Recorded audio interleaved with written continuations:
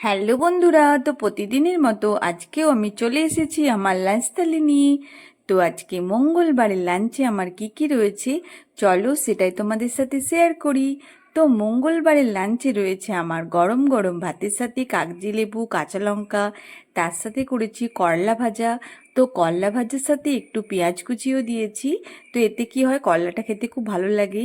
তার সাথে করেছি গরম গরম আলু ভাজা, আর আলু ভাজা গরম গরম খেতে তো খুবই ভালো লাগে।